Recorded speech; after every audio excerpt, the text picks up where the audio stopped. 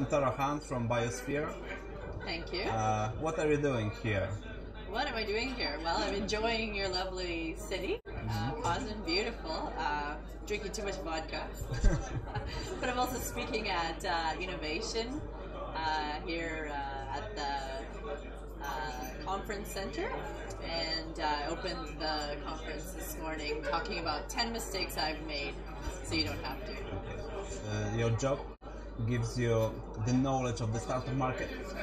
Oh yeah, well, I've worked with startups now for 8 years, and started in around, I guess 7 years, because I started in 2004, 2005. I was doing some consulting, then I ended up working for like.com, which was ria.com at the time, and I moved to San Francisco, launched them, and then worked with all sorts of startups like TripIt and SlideShare. And the subject of your presentation here in E-nnovation was about the mistakes that the startups make. What are the most common, the basic mistakes that startups make almost always? Well, there's being too in love with your vision is one of them, and that's thinking about too much about, oh, I'm going to change the world. Like, we all want to change the world, but at the end of the day, we have to be ultimately useful for our customers, our users. Another big one is focusing too much on what everybody else is doing, like so through the tech press, reading TechCrunch and Read Write Web and Mashable, and being like, oh, look at all those people that have raised money, and just focusing on that, as well as focusing too much on your competition. It's good to understand, to learn from them, but at the end of the day, it's the way that you create the user experience for your users. So. Could you give the Polish startups some advice, for example, how to find a good coworker for a startup? Yeah, so co-founders, it's a big difficult thing. I mean, you're picking somebody that you're going to spend more time with than your partner, than your husband or wife, right? So you need to find somebody that is just as passionate about the goal as you are, somebody that complements your talents. So if you're a coder, you might want somebody that's more of a business or a marketing person as your co-founder, and vice versa, right?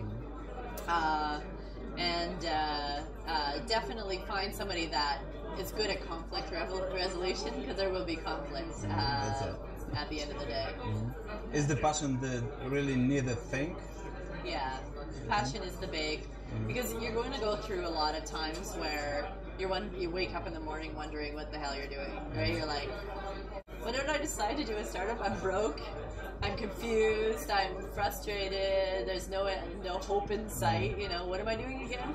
And then it's that passion that fuels you to get up out of bed and go, oh yeah, I'm trying to fix this problem, and I'm passionate. What do startups mean for you? Just like what is a startup? Yeah. I mean, a lot of people use the word startup when they're talking about any business in the beginning. But when I think about a startup, I think about a company that you need to build technology, get users, and get paying users in order to survive. But that's a long time, so you need to do some sort of raising of money in a period of time. So there's usually some sort of fundraising involved when it comes to being a startup, as far as what I see. And now a bit philosophical question. What do startups provide to the world?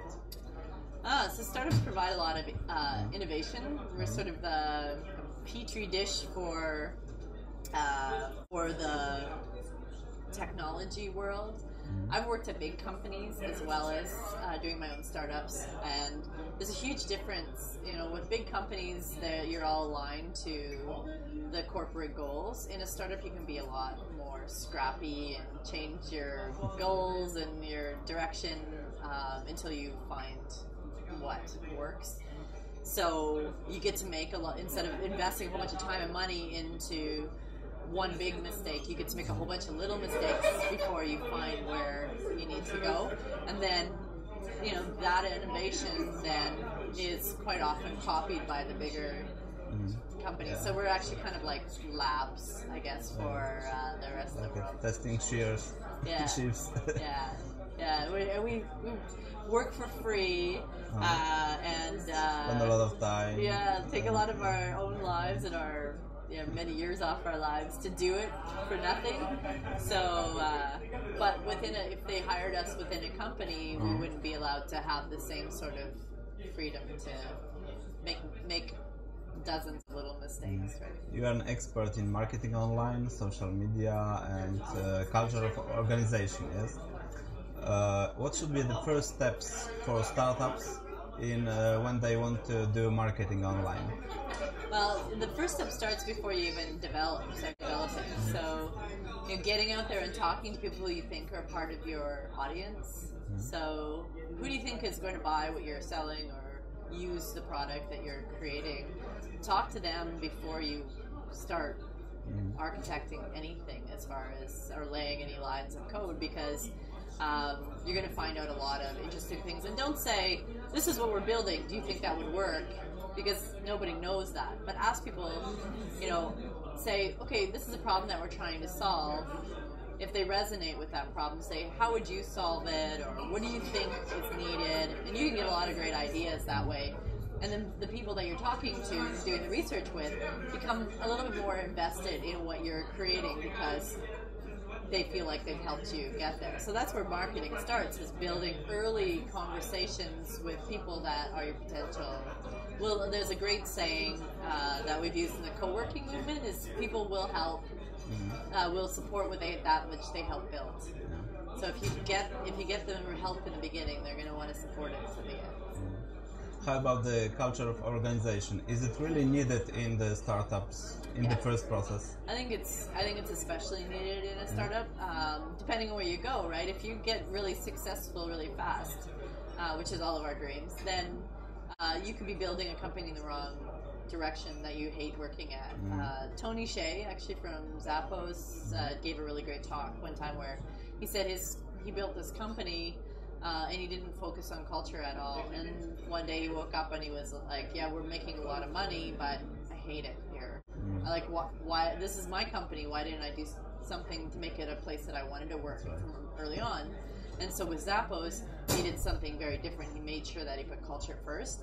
And I really noticed, like, the first couple of months, maybe 3 to 6 months of working with my co-founders, we didn't have a culture set down. So we didn't know, like, we assumed we were on the same page, but you just didn't know. And there were days that I was like, what kind of organization is this going to become?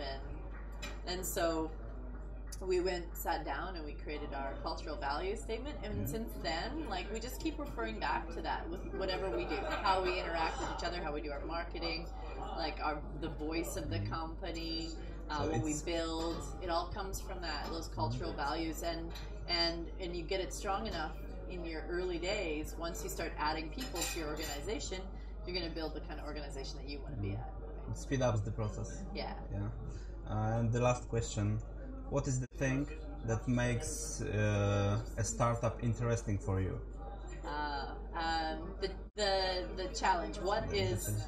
I mean, I like the whole leveling up thing. I don't know if you saw Courage Wolf, right? Is when life gets hard, you just level up. So for me, it's the challenge of figuring out what that thing is that's going to get you over that hump into the next level of success, right? And when you hit that big challenge, and you prove to yourself that you're able to, I don't know, overcome it by being smarter, by thinking more creatively, the ability to do that without anybody really telling you what to do. There's lots of people saying, oh, do this, do that, but everything is really your own experience, and that is what keeps me going, is the whole, like, okay, this didn't work, now I have to think creatively about what will work, and then when I figure something out and it works, I feel like